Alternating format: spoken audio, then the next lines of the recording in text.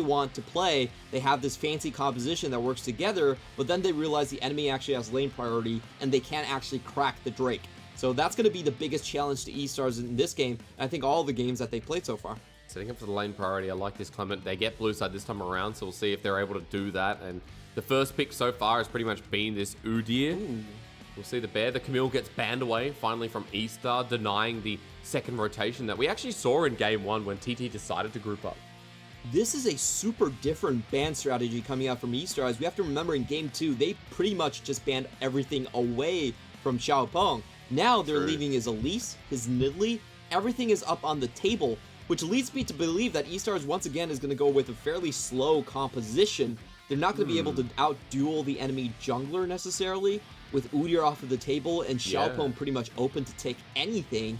So, I don't know, that's kind of the question we set out, you know, how does blue side draft, break lane priority from red side, and get into the Dragon Pit?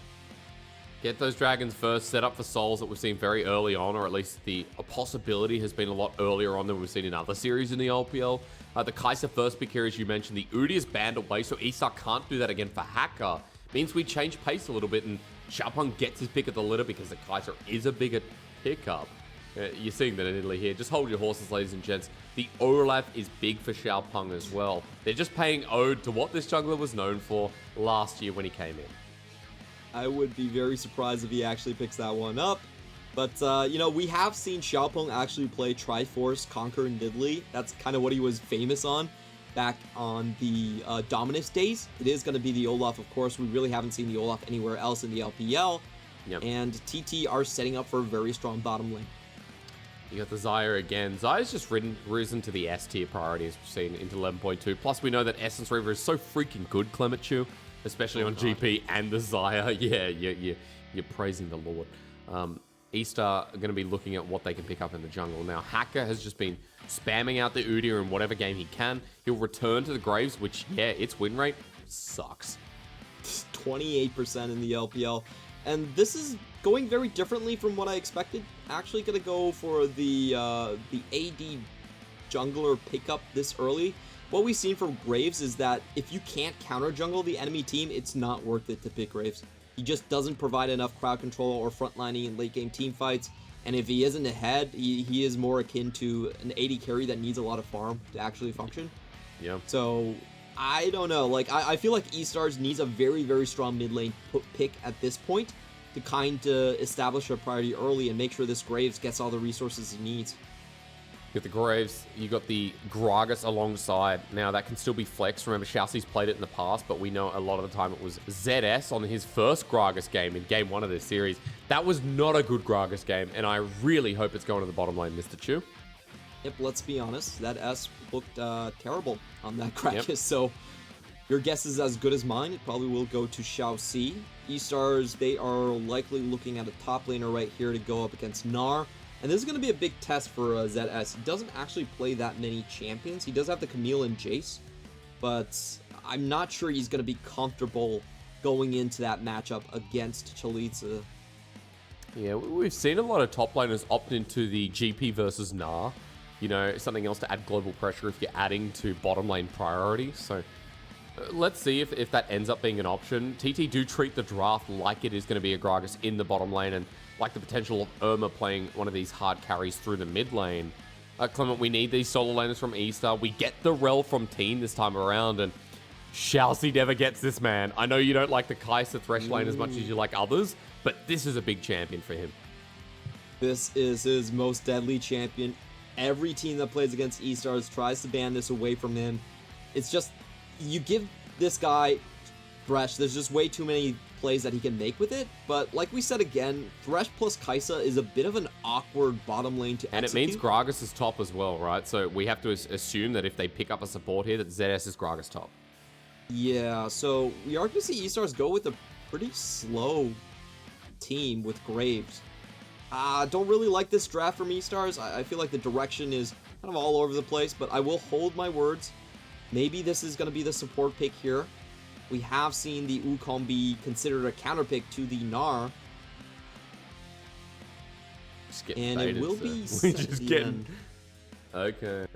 Well, I'm excited that she sees Xiaoxi on Holy crap, there's a tongue twister. I'm excited to see Xiao Si on set. And, you know, the Gragas going back to the top lane it's clunky. So is this composition that you said is very, very slow. Clement, before you tell me about that, I want you to walk me through TT because there is a lot of engages, a lot of wombo, good scaling elements as well, and great spacing with the Rel and Gnar. So what TT have drafted is a very strong mid jungle that's going to have priority from the get-go. We have seen Azir just push in Orianna consistently throughout this series, and Twyla has shown himself to be, you know, very competent against Irma. Like, he's been coming out with 20+ CS leads over laning phase most of this time. On the other hand, eStars, they do have a pretty strong skirmishing core in Gragas and Sett together, but I will say I don't really like their top side. I feel like their top side's a bit slow and clunky overall. It's not really what I expected out of supporting a Graves composition. So what I think eStars is going to do is they're probably just going to focus on bot lane very, very heavily in the early game. A lot of times Sett can perform very well against the Xayah early game. Xayah doesn't really have an escape pre-6, so Sett can just flash in on her and do the summoner trades whenever he wants to. So I guess that's the game plan for eStars. They're probably just going to play around their bot side, make sure that Xiao Si is able to roam around, and try to finish the game early by setting up skirmishes around Drake. Okay.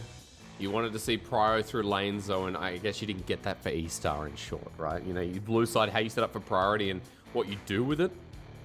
And, you know, we've given lanes that are quite slow that need to get bot rolling ahead so that they can get set up around Dragon. Otherwise, you know, if it's slow versus slow, then it does feel like with the Olaf, the ability to get tempo advantage is definitely there. It feels like these two teams are setting up for map trades. Essentially, eStars is going to be indexing very heavily into the bottom side, while we're going to see TT try to focus more onto the top side, where they do have priority. They do have that Olaf going into your jungle with Azir backing him up. That's going to be a very annoying thing to deal with. So I expect things to be traded out at the start of the game, and it's going to be about how much pressure that eStars can actually put on the bot, because they are the ones that actually want to play at a faster tempo in this game. Okay. So they probably have to be looking at tower dives, looking at all-ins. They can trade a large chunk of CS away from the topside solo lanes, but as long as they can shut down the Xayah and make sure that the Sett can get roaming on the map, they should consider it a win. All right, top side here for TT. You talked about eStar, bottom side priority, getting that Kai'Sa ahead. We are waiting to get into this third game. I believe there is a small delay. Otherwise, we would see a sick BMW come up on the stage. Or Mercedes. Oh, sorry, Clement. Probably fired. Wait, I don't know my Goodbye, car. hysterics. No. I'm the new play-by-play now. Hey, I was watching. You know, it's a really great piece of content. I was watching. I was watching the LECs. Do you remember the? I can't remember what the song, the Diplo song, where the weird one that everyone was like, "Whoa, what's going on over there?" One. Yeah. And I thought, man, we should do something like that sometime. You know, we should find some. The shroomy one. Yeah. Let's go whack. Well, you're fired again, hysterics. That's okay. I already said BMW, and to be fair, you know, English broadcast here. Maybe I'd get away with it. Who knows? I'm glad I'm not none of the other side. There's been a lot of trouble. Quick, divert subject. Oh, look, there's Chinese New Year decorations in front of them. Oh, Clement, I'll divert, Those are ox brother. horns. Hey, as the play-by-play, brother, it's my job to divert. When you say something dumb, when you say something stupid, you go, the chat will remember that for 10 minutes and then move on. No offense, I know, they've clipped it already. Yeah. But, yeah, no, some good videos. We're releasing some good content as well. If anyone hasn't seen, I noticed you with Joe and Rob, as it looks like we're getting closer towards the game, actually released your trivia recently. Yes, you are all welcome to play alongside the Trivia Trial. Oh, that name is such a tongue twister. I actually failed that intro 5 times in a row. There's two words next to each other. How is Trivia Trial a tongue twister? I feel like it's really difficult. I always go Trial Trivia. Doesn't that roll off the tongue a little bit easier? Trial Trivia. No, you know, like Xiaoxi's sexy set. That's better. Like that's more, you know, that's alliteration as well. And alliteration's always good for like powering up the sounds, you know. Okay. Sexy set? Oh, no, Xiaoxi's sexy set. Right, Xiaoxi's sexy set. Okay. Yeah.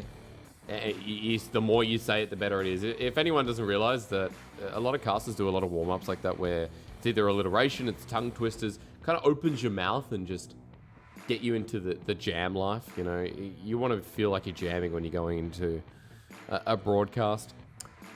This is only our first series today, Clement, as well. And JDG Rogue Warriors is after this. And people are going to hope to see JDG actually perform well today. We've got a bit of a segment on how JDG are feeling hot and cold that we'll lead you into in the second series. But, you know, it's an interesting day. Right? It is. Let's be honest, this is a day where we have a lot of teams that are underperforming or shouldn't really be in this range on the standings, but they are here, like JD Gaming, who are currently ranked 12th and outside of playoff contention. So today is fairly important to make sure that they find out a direction that they want to work on before Chinese New Year. That's always the most important thing about these teams. They get 2 weeks off, and whoever comes back and has the better footing, there's only 5 weeks left in the season. So, you know, this is super interesting because it's this year has a very delayed Chinese New Year. It's based on the lunar calendar, so it kind of fluctuates every year to year. The moon and this does year change. we have it go all the way to week 5. So when you come back, there's only half the split left. It's actually not that much time to get your bearings together anymore. Yeah, and a lot of matches have been played where they have a lot of significance. Like IGRNG is a great example. You know, we've had top esports JDG and a JDG that weren't in form. So we've had a lot of important matches, and as we come back, we're kind of just rounding out. That's why I think this spring split is going to be super dynamic with our top 10. You know, again, if anyone doesn't know, our top 10 are now top 10 instead of top 8. To say it lightly. So we have 17 teams in the LPL, and now more than 50% get put in playoffs. And I feel like that's going to give us a very stompy first half of the bracket, right? You know, King of the Hill to kick things off into double elimination. The King of the Hill portion, I think, are going to be like 3 zeros. Yeah, I think so as well. But in the past, we actually have seen a lot of teams just get the right side of the bracket for themselves and be able to power through into the semifinals. So it does come down to team matchup, especially this split, because I think the top 10 teams are just so damn close. I would say like the only teams that are a cut above the rest are WEDG and FPX. Anyone else can lose to anyone else. Yeah. So it's just it's huge mosh pit in the middle, and there's a lot of upset potential based on the standings, but the matchups might actually favor the lower seed team sometimes. That's true. We still, the first time doing the format, so we're going to find out what the King of the Hill actually looks like as we get closer as well, who's slotting in where. Ladies and gentlemen, we are in a pause of some sort. If you are just tuning in, we are waiting to find out what the issue actually is. The thing is, we're about to go into game from pick and ban, but we're still waiting.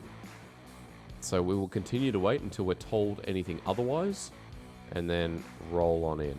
As almost left the call wrong, Clement, and that could have been quite awkward.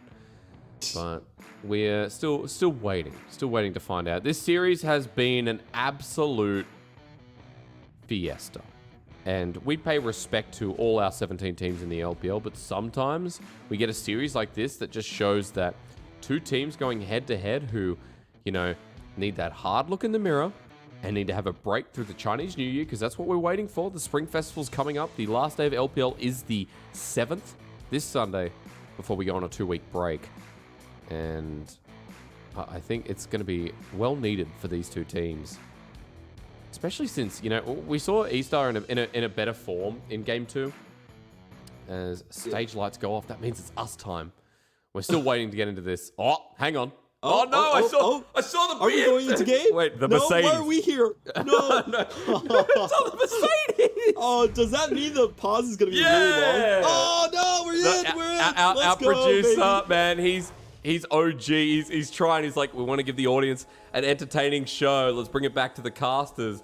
And then their side's like, throw it in now. So I was here we so are. scared that they were actually going to close down the stadium. You know when the lights go out and it's like, hey, you guys only rented to 7:30. It's like, everyone get out. Rented. They've been doing it every day, every week. But no, you're renting. Okay.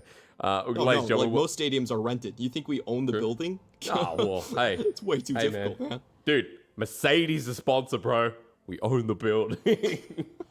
Welcome back to the Rift. It's TT and eStar, and game 2 was pretty easily won by eStar, as TT are actually going to be starting on their own side of the jungle, spotted out by a ward as we run into the Rift, and you can see where Hacker is.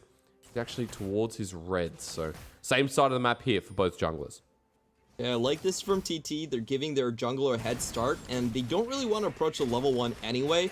We did talk about this in draft. A lot of times the set against the Xayah has a very, very easy level 1 where you can just pull on her and just force the flash that way. So they don't really want to contest the wave. They're just going to sit underneath the tower. We're going to be taking a look at most of these runes, and interesting enough, that's probably the most phase rushes I've seen on the team. 4 phase rushes across the board from eStars. Shame that Rat didn't decide to put, phase rush on a Kai'Sa, but, also makes sense as level 1 is great, but the crash down's even better. Rat cleanses away, but I'm not sure if that really helped anything, and eStar get out-traded from the set, who level 1 always goes in. Yeah, but Rat wasn't able to keep his distance, and they actually lose out on that trade. They had to burn the cleanse on that one, so it does give Xiaopeng a bit of opportunity to find action on the bot side. Well, he's dropping a ward here, nicely done. They've been doing this quite a lot on the red side. These top laners in the LPL getting early vision. As it spots out Hacker, they know how to track him.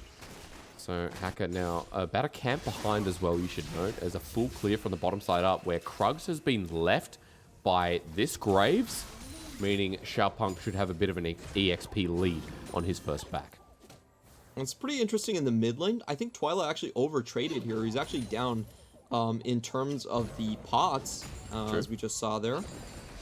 So this is a lane that Twyla is supposed to be fairly comfortable in establishing early priority, and this should lead to scuttle contest coming out from Xiaopeng. It doesn't look like we're going to get that this game. Instead, Xiaopeng's actually going to track towards the bottom side. Yeah, just giving it up too late anyway. I should point out that Hacker, by leaving the Krugs, manages to get the scuttles, so not an EXP lead, actually quite even. Moves up to the Krugs, but that's already been taken as well, and will be a trade-off by Xiaopeng. Hacker now moving up to the top side, but against the turret is where Chalitza lies. About to go into Mega Gnar. Depends on how quickly he can get it. Takes a barrel roll, misses the boomerang, so doesn't get the reset. And now it's all going to be about if he can survive. Irma's not going to be able to there to help him, but he has TP. As body slam against the wall, smoke screen, flashes, one more auto, goes Mega just in time. Stunned down, waiting for the Q. Hacker, very low, but the TP to finish off the kill. It's being responded even at a slower rate. And Twilight wants to fly in to help out his top laner. That was not what you want if you're eStar. Yeah, really well done on their end. In the meantime, Xiaopeng is able to find an extra camp onto the bottom side. He gets a scuttle coming in as well. But they really shouldn't be able to dive this one. Usually the dive opportunity is 3 level 3s against 2 level 2s. eStar's already sitting at level 4. They're going to be able to walk away. Hacker moving in, end of the line, full of steel. I believe Xiaopeng still picked it up, so he's got that level 5 now. Dissonance to slow him down. He's ignited. Xiaoxi's there with a face breaker. Wants to kill Tina. Xiaopeng is already guaranteed. eStar pick up first blood, and now over the wall. Xiaoxi's still on the chase. Teen going to get lined up there with the haymaker. And after all said and done, eStar find the blood they were looking for. That was a really clean play from Xiaoxi. I'm not exactly sure how he was able to sneak past the bot lane. That was pushed completely in on the side of TT, but he was able to find his way around that and do the collapse onto Xiaopeng. Took the long way around, it feels like, Clement. And, after all said and done, after the earlier TP play that's botched, this is great. Xiaoxi actually flanking onto Sam D. Where did this set come from? Wants the flash facebreaker, still nails him down. Second skin with the Void Seeker. Light him up again. How does Sam D not die? Rat stopped autoing. And Xiaoxi making a great play. Oh my god, that's just so fun to watch coming in from Xiaoxi. Getting all the summoners away from Sam D. And once again, Sam D's still able to survive with that potion running. This guy always seems to keeps his potions in his pocket. This was a game that I think, a play rather, that I think we're going to have to go back and watch the replay. Not sure if Rat backed away or if just wasn't able to get it. Now only just surviving. And big moment here from Xiaoxi, who again is leading the charge. Hacker now down the bottom lane with Sam D and TT being low, but remember that Shattering Strike with Appel and Retract on the rel, on your AD carry, will heal up. So more sustain available here for TT as they bring their jungler in as well. Crash down, ignite, Clement Chu, undertow, almost connects. He's pulled in with a face breaker, lined up and he's dead. Xiaopeng just runs into them. Xiaoxi is just outplaying everything that TT can throw at him right now. That was a really close situation. If Xiaopeng managed to land the undertow and an extra flash came in from Teen, they should have been able to kill Rat. Execution wasn't there, and Xiaoxi turns it around. That was devastating. 0-2-0 start for Xiaopeng on this Olaf. This is a speciality. And Hacker on the grave showing that if you get an early lead, if you're able to just keep pace with the enemy jungler, you can find your own lead through kills. He's got a Noon Quiver and in a great position despite being down 10 CS. This early game, Clement, from eStar has elevated them to about 600 gold leaders. Xiaoxi gets the pull in again onto Teen. He wants to be crashed down onto, but okay. Yeah, probably not the play. That was a little bit too much. We were seeing the praises of Xiaoxi this entire time, but he throws it all away, and TT are going to be able to pick up Drake for it. Well, Xiaopeng picking up Dragon. Clement, it's time to walk me through what I should be expecting out of these teams, because I know you talked about eStar focusing on the bottom side, TT looking up at that Gragas top and maybe getting Chalita in a comfortable position, but it's been all about the bottom lane, and from now, who can get the snowball going? Yeah, there was a lot more action heading towards the bottom side, which I do think favors eStars in general. Set is such a strong champion in these early game fights that I do think he takes priority over Rel. And just against Xayah's kit, he can find a lot of engages really easily. But we have to watch again what Xiaoxi actually does here. It gets tagged up by the Attract Repel into Crash Down. Pretty easy kill, to be honest. But I don't think even with Haymaker fully charged up at the sweet spot, you're going to get a kill there. Yeah, Xiaoxi was feeling it. Hey, well said, he started 3 kills in game 2. He was thinking, hey, I can go 3 kills again. Yeah. You know, some people would say fast recall. Some people would say, you know, putting it on the table. I think this right now is Xiaoxi's moment to show why his set gets banned from him so much alongside his Thresh. He started to roam around, leaving bottom lane to dry. This is actually a play we've seen in teams like LNG. Rat and Xiaoxi moving to give Herald priority to Hacker, while you're giving free turret plating to 1-0 Xayah. I don't think that eStars should have roamed their bot lane there. They actually overcommitted onto this one.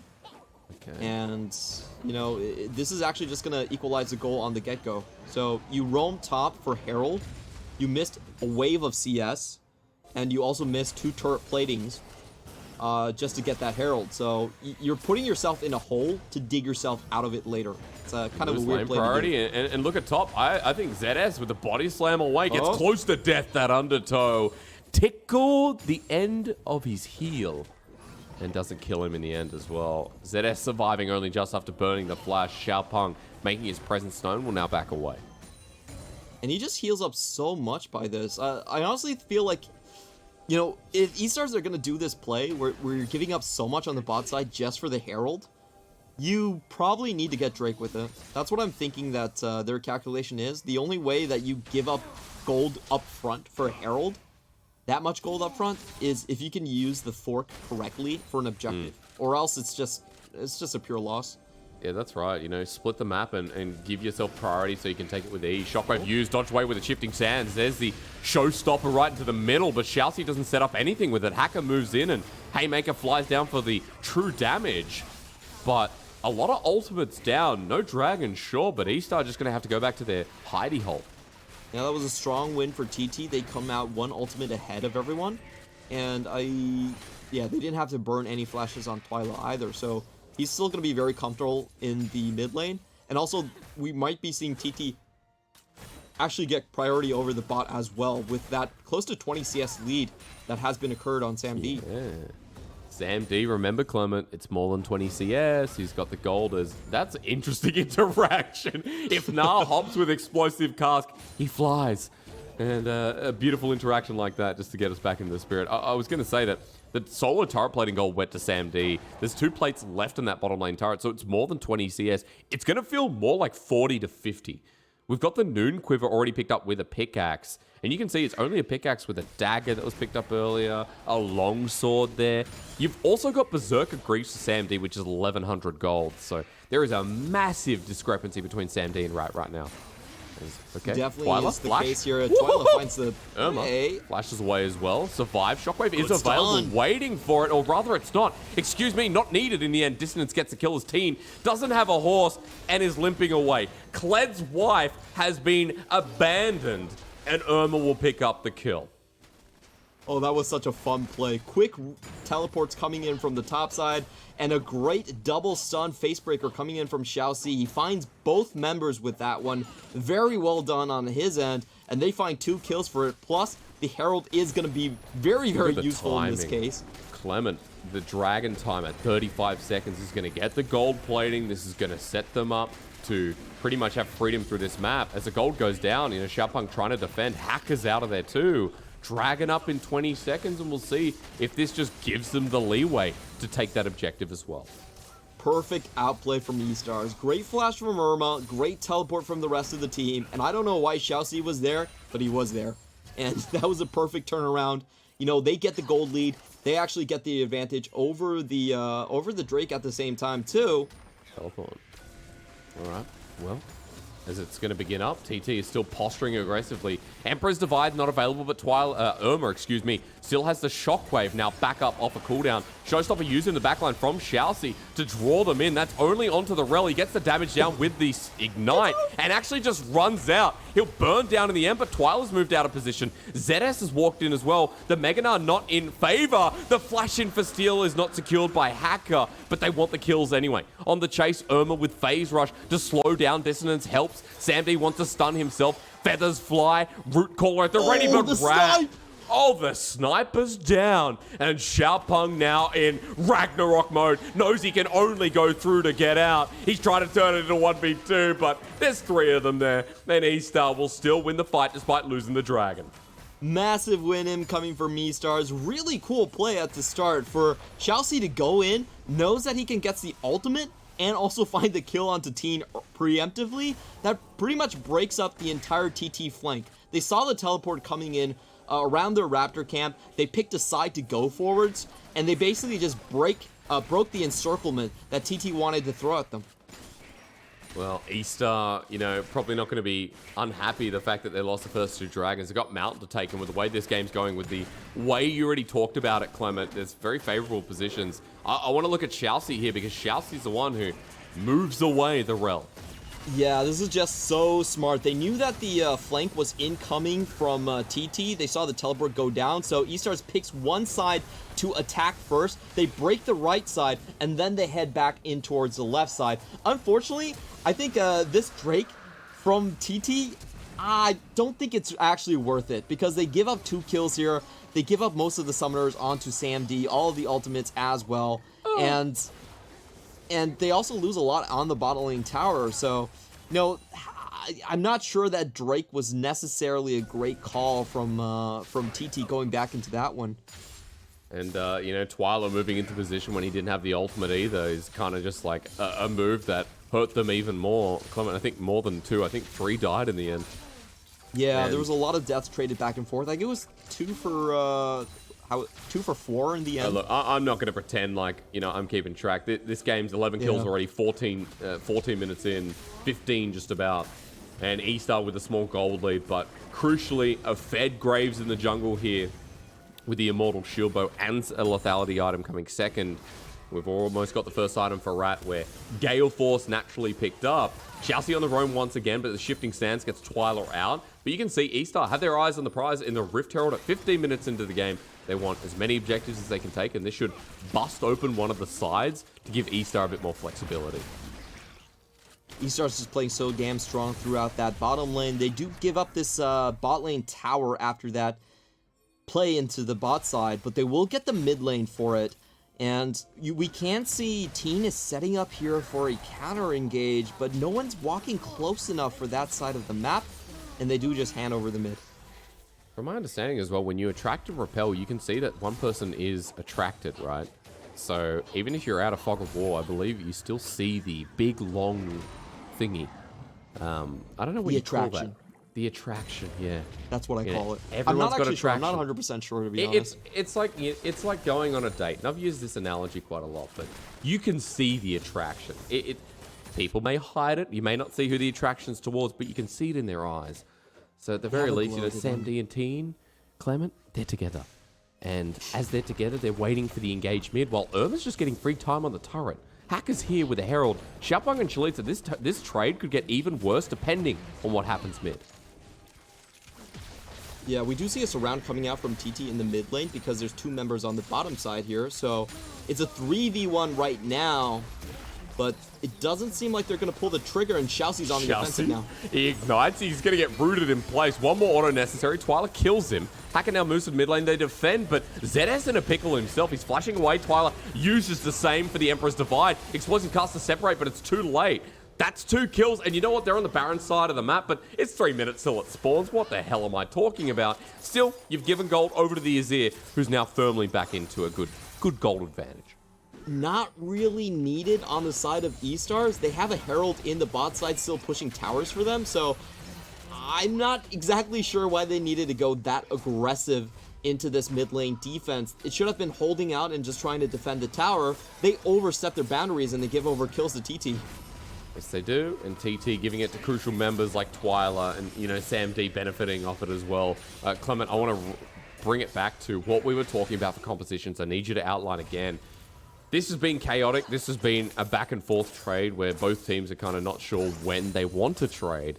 Walk me through a little bit more about the scaling and setup, because, again, you did mention that, you know, there are good scaling elements on both sides, but TT with Azir, with Xayah, with how Nah frontline operates, it feels like this game could be very nice if it continues at an equal distance. I definitely think that TT has the advantage in terms of scaling. I think Graves is a champion that falls off. Gragas is a champion that falls off into the later phase of the game. While the flip side, Azir and Xayah have been the main go-to 3-item carries for mid lane and AD carry role. So I think this is a game where TT, they have 2 Drakes. They can sit very comfortably and just pick up side lane waves and just prepare themselves for upcoming Baron fights. I don't think they need to force things, while on eStar's end, they really need Xiaoxi to make a lot of work happen. They need to allow this Graves to continue to pick up more kills and make sure that he's always ahead of that lethality curve and he can comfortably deal damage to the backline. They have to be the more aggressive ones in looking for these lockdown crowd controls.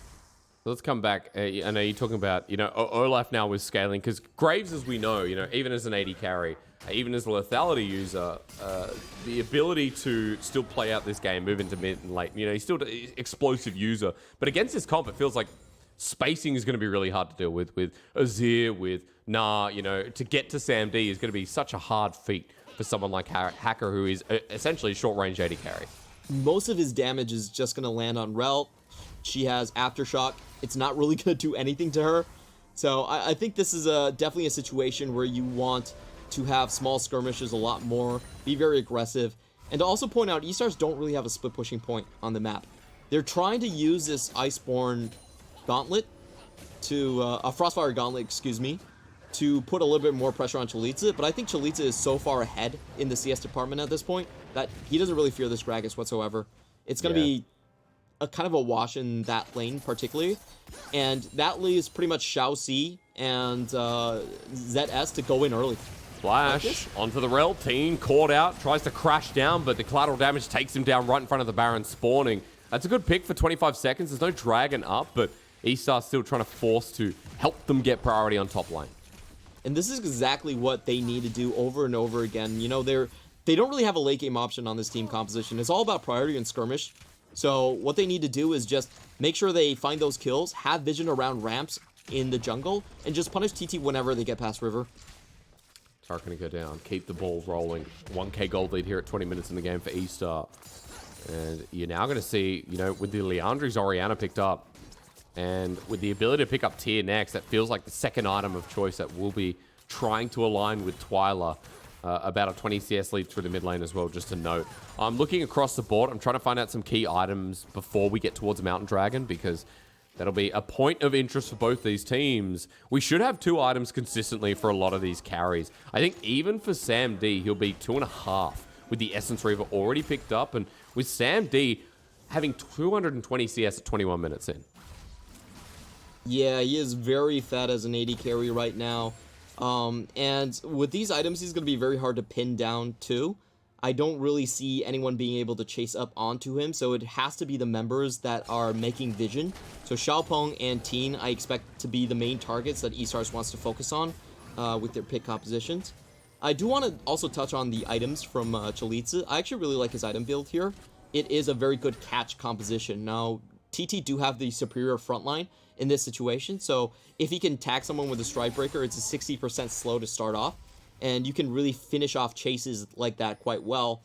Also, another thing I love about the Strike Breaker is it does allow you to clear the wave without messing with your Narbar. That comes up very, very handy in close teamfight situations where the enemy team is waiting for you to turn into Mega Gnar and then go back into Mini Gnar. So if you have the Strike Breaker, what you can do is you can actually use the Strike Breaker to wave clear without going into Mega. You can just hold onto your bar. That was teleport burn by Irma. Now, there was nothing really happening in mid. But, you know, at this point of the game, when we're talking about how to contest for Dragon, when we're seeing Irma pushing on a side lane and then just clearing out a wave and moving with the rest of the team, that's a summoner that using will kind of hurt you a little bit. And as we're seeing the Sun Turret being put up here in mid lane, there's a good chance for TT to clear out the vision through River, put a bit more pressure down on eStar, and maybe lure them into false hope towards the Dragon. I will say I don't mind Irma trying to chance for catches. Oh, as he called out, Crashdown doesn't connect, but it is the flash forward from Teen. What are you hoping to get? Attract and Repel was not in range, and Teen burning the flash. Now for TT, still want the engage, but eStar healthy enough, bar Irma. Yeah, they managed to get out of that one with just the flash used, and basically TT are trying to get position into the jungle area. Xiaoxi is going for a flank, but he doesn't have a flash here, so he's actually very suspect of being picked off. He's still trying to play Agent Set, He dodged vision. He dodged vision. So they still don't know he's here. They think he popped over the wall. He's Hex Flash back here. Teen waiting, but Xiaoxi in a great position if he can Hex Flash with the lens over the wall. He still gets the smack. He wants the Haymaker, but he's dead before he gets the shielding. Onto Dragon, the Shockwave though. Onto three, and Dragon secured by Rat. Meanwhile, Sam D sends the feathers to fly. Chalitza into the wall. The Blade Caller reaches through, but Rat having a great time here with Sam D. ZS is a fat man stuck with a bird, and as the bird eats him alive, Rat comes for cleanup crew. 1 versus 3, he can't do it, and TT wipe him clean.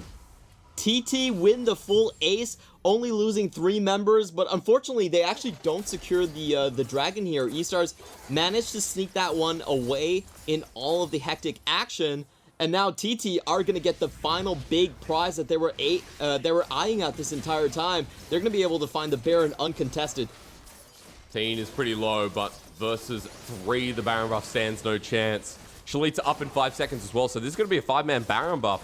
Xiaoxi, it's up to him because Hacker will not be nearby. He's running into the pit without an ulti, but he has his flash, has his ignite, runs into Teen, wants to kill this Rel, attract and repel while Baron goes down. And Xiaoxi, I don't know what he wanted out of this, but he definitely didn't want to give it over. Goodbye. And Chalitza picks up the kill while 5 for Baron, and Xiaoxi decides to die.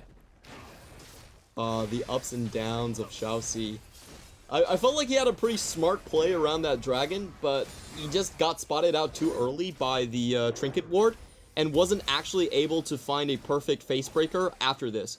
So, sure, he dodges out vision here, but watch as he goes back. We do see the red trinket actually spot him out. He has to go in early. He doesn't find the face breaker onto critical members and just dies for it afterwards. Even though there's a pretty good shock wave after this one, they aren't able to actually clean out Chalitza, and he gets Mega Gnar, is able to basically full heal, and then Twyla finds a beautiful 1v2 play against Irma to essentially lock this teamfight down. Helped by the rest of TT in the end, and you know, we're getting to the point with Baron with a 3k gold lead, and Clement, you already talked about it before with the scaling coming through of TT that you favor. Not the fact that eStar don't have scaling elements like Orianna, Kai'Sa, and we have a front line with Gragas and, you know, even Graves and how he can scale well. Let's just remember it, how these teams operate and how hard it is for eStar to find themselves a Sam D, a Twyla, a lot of damage elements to keep their eye out for, a lot of space to be separated, and now they're Giga-Fed. 3 items pretty much on Twyla coming up with the Nash's Tooth. Sam D will have the same. Pushing in a side wave, there's a lot more gold to go around with these inners going down. eStars just don't have the range. They have to go all in at the same time against some of these targets, and they have to pick a target pretty quickly. Shockwave burn, but Xiaopeng just angry, hates life, wants to kill Irma, runs through, takes a couple of turret shots for his pleasure as a tractor repel at the ready just in case. And you know what? There's the Shockwave down, so forward they go. Explosive cast used. Teen Hex flashes over the wall. Chalitza goes midi now, but sends out a boomerang, and they'll just wait for the next wave. As Inner is just so close. Walk up, take it, more gold. A lot of ultimates burned right there, but fortunately for them, TT's not going to pursue the issue. I just want to say, I feel like hating life is a prerequisite for joining Pentakill. So probably a compliment to Xiaopeng, actually. Yeah, no, probably is, Clement. But we're getting towards the end of this series. You know, you can feel it, I can feel it. It's a 4K gold lead. It's 27 minutes into the game. And with Baron being about a 3K power play, the Mountain Soul is far away, but a Mountain Dragon at the very least, ready for TT as they next come back. And, you know, at this point, what more can I say is to just wait for this next fight and to see if eStar can make TT lunge into them. Yeah, I think unless we see a TT throw of epic proportions like Game 1, it's not going to happen. It's so damn hard for TT to actually lose this one. They have such a massive range advantage, they can just sit at towers. And just look at Sam D. He's sitting on RFC. He can walk up to you like every 5 or 6 seconds and just poke your tower down. There's not much you can actually do about it without a full commit. And the problem is, with new Essence Reaver, you never run out of mana, especially in late game portions. And when you have that Infinity Edge, Sam D will auto the wave, get full mana, QE, and it will just rinse and repeat. You know, I've seen some crazy people even go Navori Quick Blades as Hacker against the walls, found Teen. They're isolated, but Chalitza going into Mega Narc could just end it right here. Flashes into the jungler, sends him back up. Teen absorbs the pressure. Now it's a 5v4 for about 40 seconds as Rat was nowhere near the fight. Thank you for the dragon. Thank you for the donation.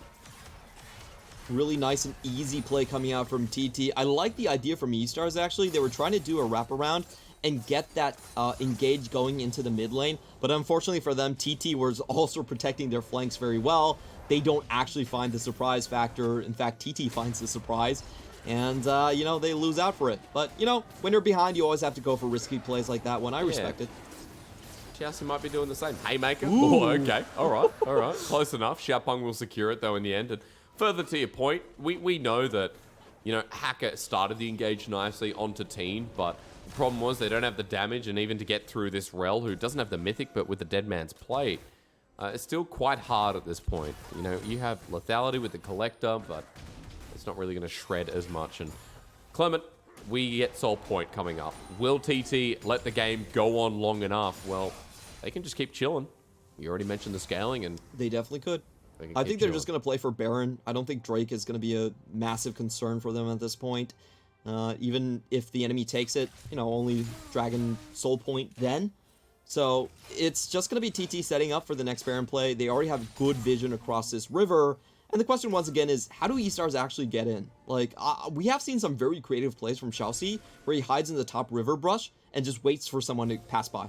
Sure. And this is actually what RNG has done before as well. That top brush right around the top lane in the river, a lot of times support will venture there themselves.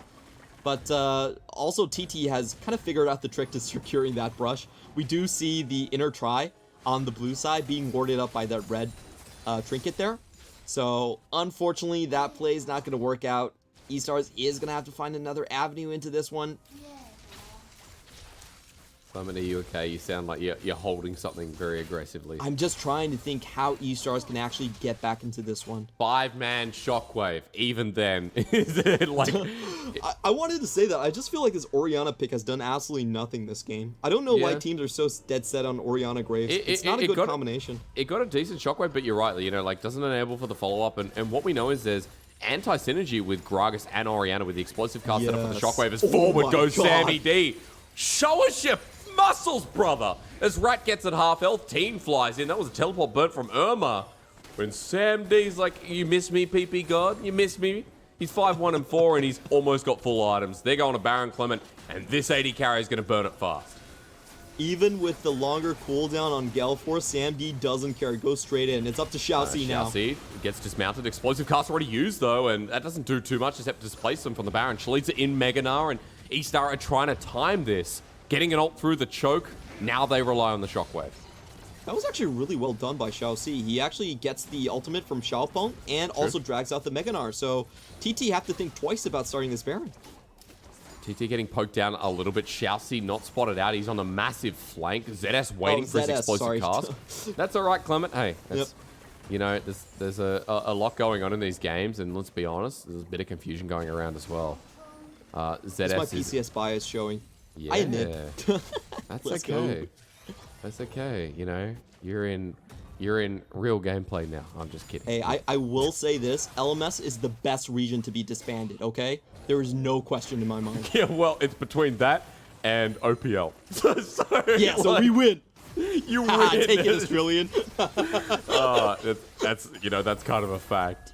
TT still waiting around. Suntar put in the mid lane, and you can see just clearing out some of the vision. Xiaoxi's so patient, waiting around. He'll be spotted on a control board for now, and TT are moving right back to the Baron.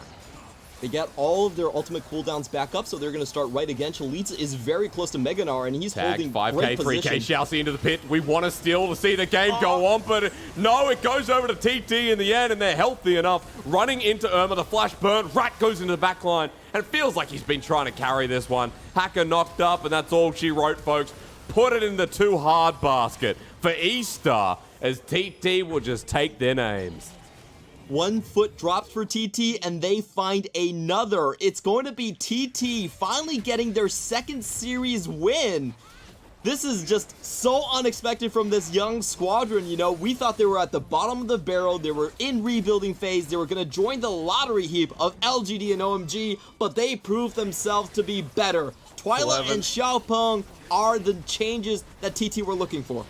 It's just one win after another here for TT. A series that I will never revisit, because this just shows us that these two teams got a lot to reflect in the Chinese New Year, but still a big win for TT, considering, you know, they did start, as you mentioned, quite winless. And for eStar, 7 series losing streak now. 7 series, 7 game. They did break it. We have to mention they did break it in game 1, I believe. So TT won 2 back-to-back. Good. So they broke it in game 2, excuse me. Yeah, so they're no longer four series losing streak here, Clement Chu. That's what we need to take away. 4 series losing streak. They got V5 before we go to Chinese New Year. That'll be on the Sundays, so not looking too good for eStar fans. Definitely. What this series tells us is we have to make another section for the bottom of the table, okay? We used to throw them all in one heap, but one part of the pile is clearly above the rest of the pile, you know? TT and eStars, they are still at the bottom, but they're a little bit above the rest, you know? They're not at the bottom of the barrel bottom. Okay. We're gonna have to come up with the name for them. Yeah, like they're in the wine cask, right? You know that they're in the barrel, the side-on barrels that you get for wine. They're in the back. They're the wines that are aging.